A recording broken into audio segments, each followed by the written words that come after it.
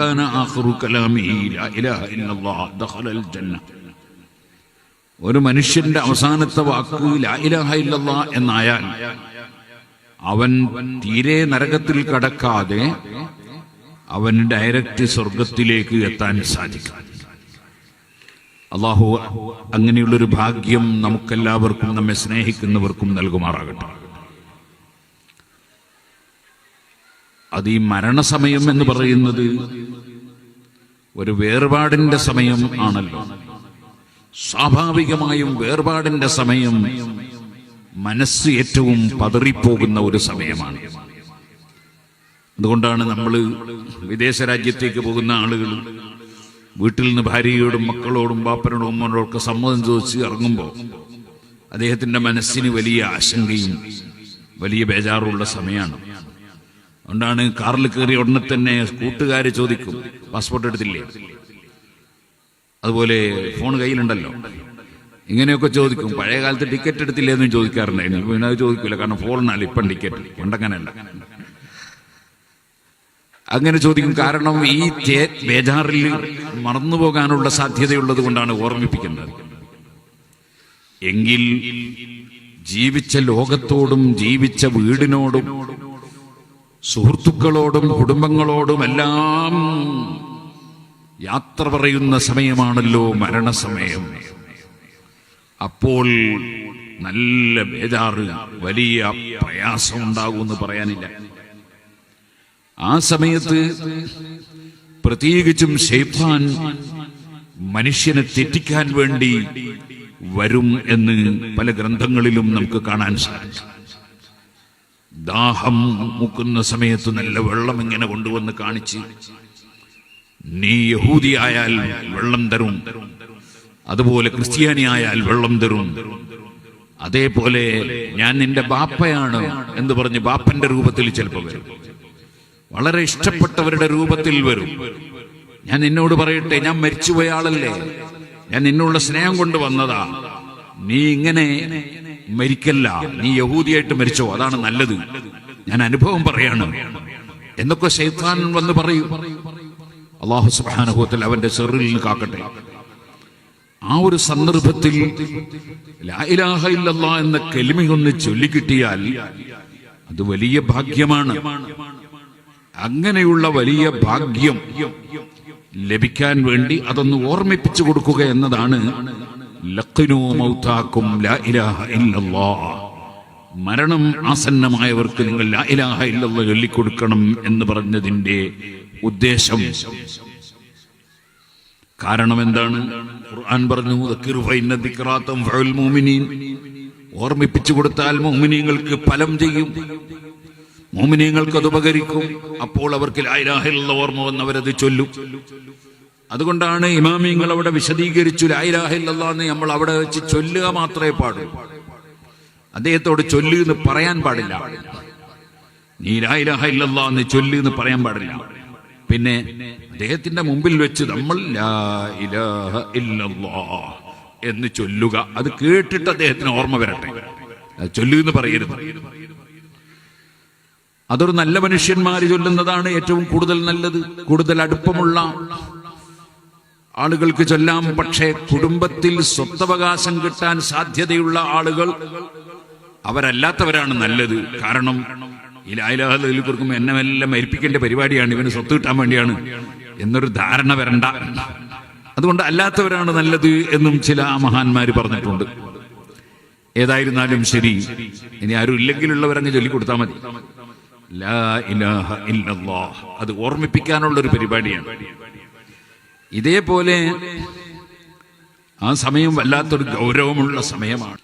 ആ മരിക്കുന്ന സമയത്ത് ലാ ഇലാഹ ഇല്ലല്ലാഹ് എന്ന് ചൊല്ലിക്കൊടുക്കുന്നത് അദ്ദേഹത്തിന് ഓർമ്മ വരാനാണ്. അങ്ങനെ അദ്ദേഹം ലാ ഇലാഹ ഇല്ലല്ലാഹ് എന്ന് ചൊല്ലിക്കിട്ടാൻ, ഒരിക്കൽ ചൊല്ലിയാൽ പിന്നെ മറ്റൊരു സംസാരിക്കാത്ത കാലത്തോളം പിന്നെ നമ്മൾ ചൊല്ലിക്കൊടുക്കേണ്ടതില്ല.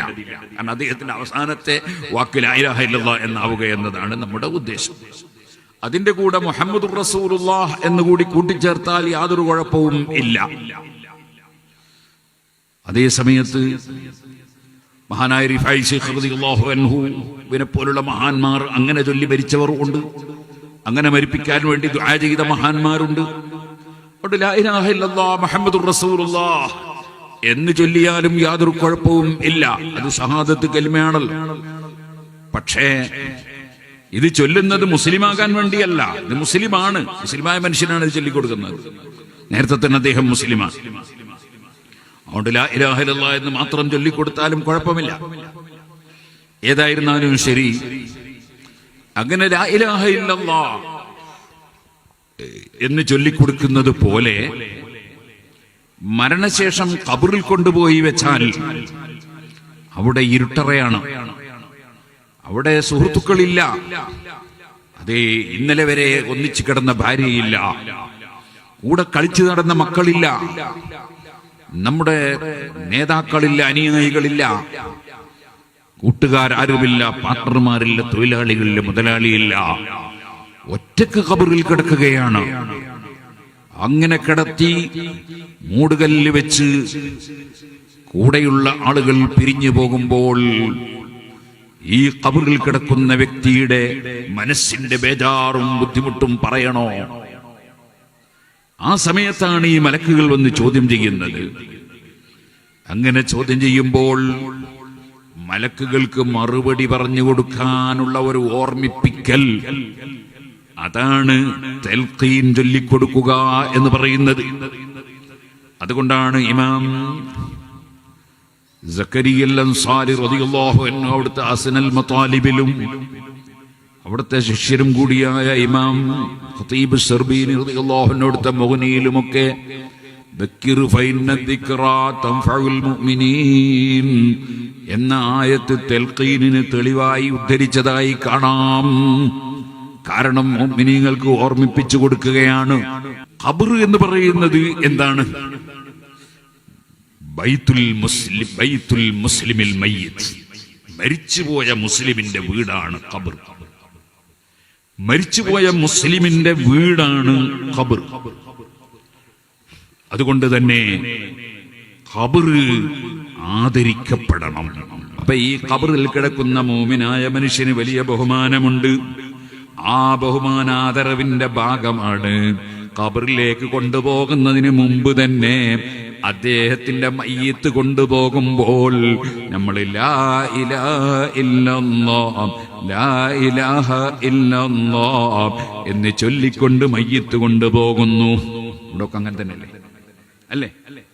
ഇപ്പൊ ഇങ്ങനെ വിചാരി, യൂട്യൂബിന്റെ കാലമാണ്, ക്ലിപ്പ് വിടുന്ന കാലമാണ്. ഈ അടുത്ത് ഒരു മുസ്ലിയായ ഒരു ക്ലിപ്പ് ഞാൻ കേട്ടു. അദ്ദേഹം പറയുന്നത് അങ്ങനെ ഉറക്കൽ ലാ ഇലാഹ ഇല്ലല്ലാഹ് പറഞ്ഞുകൂടാന്നാണ്. ഉറക്കൽ ലാ ഇലാഹ ഇല്ലല്ലാഹ് പറഞ്ഞ് തന്നെ കൊണ്ടുപോകണം എന്നാണ്. ബുജൈരിമി പോലുള്ള കിതാബുകളിൽ കാണാം. മയ്യിത്ത് കൊണ്ടുപോകുമ്പോൾ ദിക്ർ ഒരൽപ്പം ഉറക്കെ, വലിയ ശബ്ദത്തിൽ മൈക്ക് വെച്ച് പാടണമെന്നല്ല. ഉറക്കയും പതുക്കെയൊക്കെ അതിന് ചില പരിധി ഉണ്ടല്ലോ. ഇഖാമത്ത് പതുക്കെയാണ്, ബാങ്ക് ഉറക്കെയാണ് എന്നാണ് എന്റെ അർത്ഥം. എന്താ ഇഖാമത്ത് ആരും കേൾക്കണ്ടാന്നാ എന്നല്ലല്ലോ. അപ്പോ പതുക്കെ ചൊല്ലണം എന്ന് പറഞ്ഞാൽ ആരും കേൾക്കണ്ടെന്നതിനർത്ഥമില്ല. മറിച്ച് ചെറിയ ശബ്ദത്തിൽ ഒരു വലിയ ബഹളം വെക്കുന്ന ശൈലി വേണമെന്നില്ല. അങ്ങനെ വേണ്ട. അങ്ങനെ മയ്യിത്ത് കൊണ്ടുപോകുമ്പോൾ ഉറക്കത്തന്നെയാണ് മയ്യിത്തിൽ കൊണ്ടുപോകുമ്പോൾ ദിക്റ് ചൊല്ലാറ്. കാരണം ബുജൈരിമി പോലെയുള്ള കിതാബുകളിൽ പറഞ്ഞതായി നമുക്ക് കാണാം, മുസ്ലിമീങ്ങളെ മയ്യിത്ത് കൊണ്ടുപോകുമ്പോൾ അങ്ങനെ ദിക്റ് ചൊല്ലിക്കൊണ്ടുപോവുക എന്നത് പതിവാണ്. ഇനി അത് വേണ്ടാന്നൊരുത്തം പറഞ്ഞാൽ ആ മുസ്ലിമിന്റെ മയ്യിത്തിനെ നിസ്സാരപ്പെടുത്തലാവും. പിന്നെ കൊണ്ടുപോകുമ്പോൾ പിന്നെ എങ്ങനെ ഒരു മുസ്ലിമിന്റെ മയ്യിത്താണെന്ന് മനസ്സിലാവുകയല്ല. കാരണം ദിക്റൊന്നും ഇല്ലാതെ കൊണ്ടുപോകും. അതിനാൽ മയ്യിത്ത് കൊണ്ടുപോകുമ്പോൾ അല്പം ശബ്ദത്തിൽ തന്നെ ദിക്റ് ചൊല്ലി കൊണ്ടുപോകൽ നിർബന്ധമാണെന്ന് തന്നെ പറഞ്ഞാൽ അത് വിദൂരമല്ല എന്നാണ് ഫുഖഹാക്കൾ വിശദീകരിച്ചിട്ടുള്ളത്. അപ്പൊ പിന്നെ എന്നൊക്കെ ചില കിതാബിലുണ്ട്. അതൊക്കെ കണ്ട ആളാണ് ഈ ബുജൈരിമിയും ബർമാവിയും ഒക്കെ. അതൊന്നും കാണാത്ത ആളല്ല. അങ്ങനെ ആരും തെറ്റിദ്ധരിക്കരുത്. അപ്പൊ കണ്ടവർ തന്നെയാണ് അവർ. ആ പറഞ്ഞതൊക്കെ മനസ്സിലാക്കിയിട്ടാണ് അവർ പറഞ്ഞത് മുസ്ലിമിനിക്ക് ഒരു ബഹുമാനം നൽകലാണ് ദിക്റ് ചൊല്ലി കൊണ്ടുപോവുക എന്ന്. മയ്യിത്ത് കൊണ്ടുപോകുമ്പോ മയ്യിത്തിന്റെ മുന്നിലാണ് ആളുകൾ നടക്കേണ്ടത്. പലർക്കും അതിന് വലിയ മടിയാണ് മുന്നിൽ നടക്കാൻ. അങ്ങനെ മടിച്ചാൽ ശരിയാവും. ഞാൻ ഇന്നാളെ ഒരു ദിവസം ഒരു കാറിൽ, ഞാൻ സാധാരണ ബാക്കിലിരിക്കരുത്, അപ്പൊ ഒരാളെ വണ്ടി കയറ്റാൻ ഞാൻ മുന്നിലിരുന്നു. അപ്പൊ ഉസ്താദേ നിങ്ങളെ മുന്നിലിരിക്കാൻ എനിക്ക് പറ്റൂല. ഞാൻ പറഞ്ഞു ഡ്രൈവർ എത്ര കൊല്ലായി എന്റെ മുന്നിൽ ഇരുന്ന് വണ്ടി ഓടിക്കുന്നു. അപ്പൊ അങ്ങനെയില്ലല്ലോ, ഓരോരോ സ്ഥലത്ത് മുന്നിലിരിക്കണം, ബാക്കിലിരിക്കണം. മയ്യത്ത് കൊണ്ടുപോകും, മയ്യത്തിന്റെ മുന്നിലാണ്, മയ്യത്തിനെ ബഹുമാനിക്കണമെന്ന് വിചാരിച്ചിട്ട് ബാക്കിലാൻ പോരുത്. മയ്യത്തിന്റെ മുന്നിലാണ് നടക്കേണ്ടത് എന്നാണ് നമ്മുടെ ശാഫിഈ മദ്ഹബ്. നമ്മളൊക്കെ ശാഫിഈ മദ്ഹബ് പേരല്ലേ, മുന്നിലാണ് നടക്കേണ്ടത്. മുന്നിലാണ് എന്ന് പറഞ്ഞാൽ മയ്യത്തങ്ങ് കൊടുത്തയച്ചിട്ട് മയ്യത്ത് കുറെ കഴിഞ്ഞിട്ട് കൊണ്ടുവരാന്നല്ല, മുന്നിലിങ്ങനെ പോകുന്നു, അതോടുകൂടെ മയ്യത്തിന്റെ സമീപത്തും ആളുണ്ട്. അങ്ങനെയാണ് മയ്യത്ത് കൊണ്ടുപോകേണ്ടത്. ആ കൊണ്ടുപോകുന്ന സമയത്ത് ദിക്റും ചൊല്ലിയാണ് മയ്യത്ത് കൊണ്ടുപോകേണ്ടത്. അങ്ങനെ മയ്യത്ത് കൊണ്ടുപോയി ഖബറിൽ കൊണ്ടുപോയി വെച്ചാലാണ് മലക്കുകൾ വന്ന് ചോദ്യം ചെയ്യുന്ന സമയമുണ്ടെന്ന് പറഞ്ഞു. അതെങ്ങനെ, എപ്പോഴാ? അത് മയ്യത്ത് പൂർണ്ണമായി മറമാടിയതിന്റെ ശേഷമാണ്. ആ സമയത്ത് ഒരു സുന്നത്തുണ്ട്.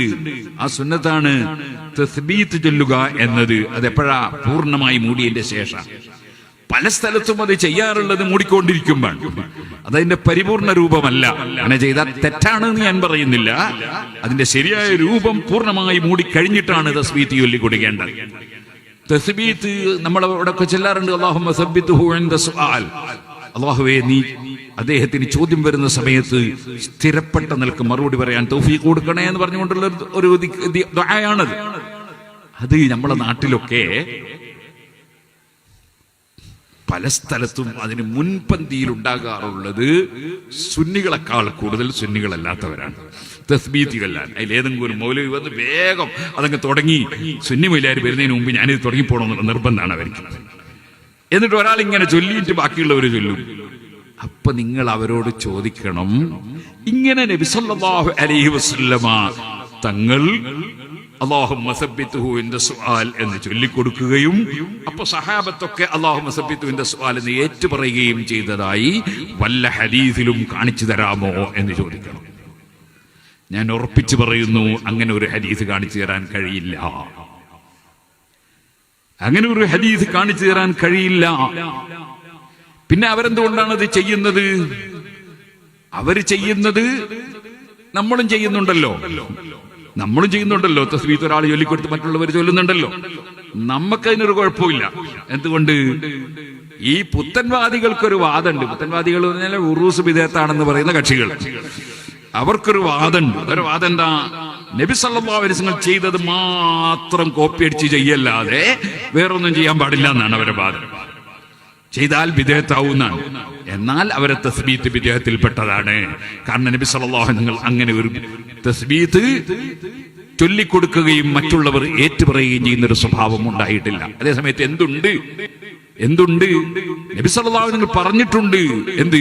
ഇസ്അലൂലഹു, നിങ്ങൾ അദ്ദേഹത്തിന് വേണ്ടി അള്ളാഹുവിനോട് തസ്ബീത്ത് ചോദിക്കണം എന്ന് പറഞ്ഞിട്ടുണ്ട്, കൽപ്പിച്ചിട്ടുണ്ട്. നബി തങ്ങൾ അങ്ങനെ ചെയ്തു കാണിച്ചതായി ഹദീസിൽ ഇല്ല. അതേപോലെ ഒരാൾ ചെയ്ത് അതിനെ പിന്തുടർന്ന് മറ്റുള്ളവർ ചെയ്തു, അങ്ങനെയും ഹദീസിൽ ഇല്ല. മറിച്ച് ഇപ്പോൾ അദ്ദേഹത്തിന് ചോദ്യം വരുന്ന സമയമാണ്, നിങ്ങൾ തസ്ബീത്ത് ചൊല്ലണം എന്ന് നബി സല്ലല്ലാഹു അലൈഹി വസല്ലം കൽപ്പിച്ചിട്ടുണ്ട്. മഹാനായ അംർ ഇബ്നുൽ ആസ് റളിയല്ലാഹു അൻഹു വസിയത്ത് ചെയ്തിട്ടുണ്ട്. സഹാബിയാണ്. ഞാൻ മരിച്ചെന്നെ ഖബറിൽ കൊണ്ടുപോയി വെച്ചാൽ, നിങ്ങൾ മറമാടി കഴിഞ്ഞാൽ, അതെ, നിങ്ങൾ അഖീമു ഹൗല ഖബരി, എന്റെ ഖബറിന്റെ സമീപത്ത് നിങ്ങൾ നിൽക്കണം, നിങ്ങൾ പോയി കളയരുത്.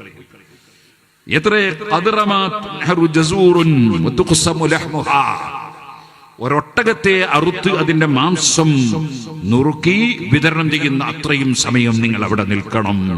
വേഗം മറമാടി നിങ്ങൾ പോയി കളയരുത് എന്ന് പറയുന്നുണ്ട്. ഒട്ടകത്തിനെ അറുത്തിട്ട് മാംസം നുറുക്കിയിട്ട് തന്നെ പഠിച്ചവനെ എത്ര മണിക്കൂർ വേണോന്നിങ്ങനെ ചിലർ ബേജാറാകുന്നുണ്ടാവും. അത് അറബികളെ നുറുക്കലെന്ന് വെച്ചാൽ ഒരൊറ്റ കൈയൊരു ഒറ്റ നുറുക്കലായിരിക്കും ചിലപ്പോൾ. അതുകൊണ്ട് നമ്മളെ ചെറിയ ചെറിയ കഷ്ണാക്കി നുറുക്കിയത് അതിനർത്ഥം വെക്കണമെന്നില്ല. ഏതായിരുന്നാലും ശരി, ഏകദേശം ഒരു മണിക്കൂറോളം സമയം അവിടെ നിൽക്കണം. അതെന്തിനാണ്?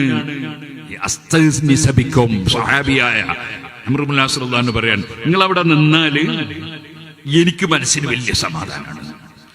ഒറ്റയ്ക്ക് ഖബറിൽ കിടക്കുമ്പോൾ എന്റെ സുഹൃത്തുക്കൾ മുഅ്മിനീങ്ങൾ ഖബറിന്റെ അടുത്ത് നിൽക്കുമ്പോൾ തന്നെ എനിക്ക് മനസ്സിന് വലിയ റാഹത്ത് വരും. ഏതുപോലെ ആശുപത്രിയിൽ സർജറിക്ക് വേണ്ടി ഉള്ളിലേക്ക് കടത്തിയ ആ രോഗി അദ്ദേഹത്തെ കൊണ്ടുപോകുന്ന സമയത്ത് അതേ മക്കളൊക്കെ പുറത്തുണ്ട്, ഭാര്യ പുറത്തുണ്ട്, ജ്യേഷ്ഠനുണ്ട്, അനുജനുണ്ട്.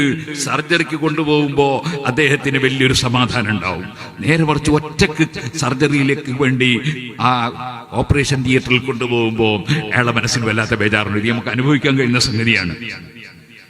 മഹാനായ അംർ ഇബ്നുൽ ആസ് തങ്ങൾ പറയാണ്, ഇതിന്റെ ഉള്ളിൽ മക്കൾക്ക് പ്രവേശനമില്ലല്ലോ ഓപ്പറേഷൻ തിയേറ്ററിൽ. പക്ഷേ അവിടെ പ്രവേശനമില്ല, ഖബറിലും പ്രവേശനമില്ല. പക്ഷേ എന്നെ സ്നേഹിക്കുന്ന മൂമിനീങ്ങൾ പരിസരത്തുണ്ടാകുമ്പോ എനിക്ക് മനസ്സിന് വലിയ സമാധാനമാണ്. എന്നാൽ സുഹൃത്തുക്കളെ, അവിടെ നിന്നാൽ തന്നെ സമാധാനം കിട്ടുമെങ്കിൽ പിന്നെ ആ ചോദ്യത്തിന്റെ മറുപടി ഒന്ന് പറഞ്ഞു കൊടുക്കുകയും ചെയ്താൽ വളരെ വലിയ സമാധാനമായില്ലേ? അതുകൊണ്ട് തസ്ബീത്തും സുന്നത്താണ്, തൽഖീനും സുന്നത്താണ്. രണ്ടും നിർവഹിക്കേണ്ടത് തന്നെയാണ്. അത് ഖബറിലുള്ളവർക്ക് വലിയ ഫലം കിട്ടുന്നതാണ്. അവിടെ തൽഖീന് വേണ്ട, തസ്ബീത്ത് മതി എന്ന പുത്തൻവാദം അത് അഹ്ലുസുന്നത്തി വൽ ജമാഅത്ത് അംഗീകരിക്കുന്നില്ല. നമ്മുടെ പണ്ഡിതന്മാർ അത് അംഗീകരിക്കുന്നില്ല. രണ്ടും വേണ്ടത് തന്നെയാണ്. ഇനി ഞാൻ പറഞ്ഞു വരുന്നത് ആ ഖബറിൽ കിടക്കുന്ന വ്യക്തിയെ ഒരാദരിക്കലും കൂടിയാണ്. അദ്ദേഹത്തിന്റെ ആ സമീപത്ത് നമ്മൾ കുറെ സമയം അവിടെ നിൽക്കുകയെന്നത് അദ്ദേഹത്തോടുള്ള സ്നേഹപ്രകടനമാണ്, അദ്ദേഹത്തോടുള്ള ആദരവ് പ്രകടിപ്പിക്കലാണ്. അത് വേണമെന്നാണ് അംർ ഇബ്നുൽ ആസ് തങ്ങൾ പറയുന്നത്. അതെനിക്ക് ഖബറിൽ ഫലം കിട്ടുന്ന സംഭവമാണ്.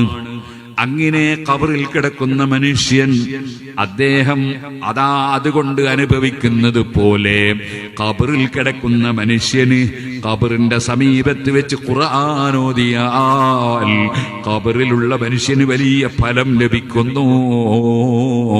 അതുകൊണ്ടാണ് ഇമാം ശാഫിഈ റളിയല്ലാഹു അൻഹുവിന്റെ സമീപത്ത് വെച്ച് അവിടുത്തെ ശിഷ്യന്മാർ എത്രയോ ദിവസം ഖത്മുകൾ ഓതിയിട്ടുണ്ട്. മരിച്ചവർക്ക് അവരുടെ പേരിൽ ഖുർആൻ ഓതുമ്പോൾ ഫലം കിട്ടുമെന്ന് ധാരാളം സംഭവങ്ങൾ ഇമാമിങ്ങൾ രേഖപ്പെടുത്തിയിട്ടുണ്ട്. എത്രത്തോളം നബി സല്ലല്ലാഹു അലൈഹി വസല്ലമ തങ്ങൾ 2 ഖബർ കാണിച്ചിട്ട് ഈ ഖബറിൽ ആളുകൾ ശിക്ഷിക്കപ്പെടുന്നുണ്ടെന്ന് പറഞ്ഞതിന് ശേഷം ഒരു ഈത്തപ്പന മരത്തിന്റെ പച്ചയായ കഷ്ണം 2 കീറാക്കിയിട്ട് ഓരോ ഖബറിന്റെയും മേലെ കുത്തിയൊരു സംഭവം സഹീഹുൽ ബുഖാരിയിലുണ്ട്. ആ സമയത്ത് അവിടുന്ന് പറഞ്ഞതിൽ അല്ലഹു യുഖഫഫ അൻഹു മാ ലം യബ്സാ, അത് ഉണങ്ങാതിരുന്നാൽ അതുകൊണ്ട് ആ ഖബറിലുള്ളവർക്ക് ഇളവ് കിട്ടുമെന്നാണ്. എന്ന് പറഞ്ഞാൽ അതിന്റെ ഉദ്ദേശം എന്താണെന്ന് ഇമാമിങ്ങൾ വിവരിക്കുന്നു. പച്ചയായ മരം തസ്ബീഹ് ചൊല്ലും, എല്ലാ മരങ്ങളും തസ്ബീഹ് ചൊല്ലുമെങ്കിലും പച്ചമരത്തിന്റെ തസ്ബീഹ് പരിപൂർണമാണ്. അങ്ങനെയുള്ള മരത്തിന് തസ്ബീഹ് ചൊല്ലുമ്പോൾ ഖബറിലുള്ള വ്യക്തിക്ക് ആ തസ്ബീഹിന്റെ ബറക്കത്ത് കൊണ്ട് ഫലം കിട്ടുന്നുവെന്നാണ്. അതുകൊണ്ടാണ് ഇപ്പോഴും ഖബറിന്റെ മേലെ പച്ചയായ ചെറിയ സസ്യങ്ങൾ പലപ്പോഴും ഊന്നുന്നത് നമ്മൾക്ക് കാണാം. അതിന്റെ കാരണം ആ ഹദീസാണ് അതിന്റെ തെളിവ്. ഇരിക്കട്ടെ, അവിടെ ഇമാമിങ്ങൾ പറഞ്ഞു പച്ചയായ മരത്തിന്റെ തസ്ബീഹ് കൊണ്ട് തന്നെ ഖബറിലുള്ളവർക്ക് ഫലം കിട്ടുമെങ്കിൽ മുഅ്മിനീങ്ങൾ ഖബറിന്റെ സമീപത്ത് വെച്ച് അല്ലാഹുവിന്റെ ഖുർആൻ ഓതിയാൽ ഖബറിലുള്ളവർക്ക് കിട്ടുന്ന ഫലം എത്ര വലുതായിരിക്കും. അതുകൊണ്ട് ഖബറിന്റെ സമീപത്ത് വെച്ച് ഖുർആൻ ഓതുക എന്നത് ഖബറിലുള്ള വ്യക്തിയോടുള്ള ആദരവും സ്നേഹവും പ്രകടിപ്പിക്കുന്ന ഏർപ്പാടാണ്.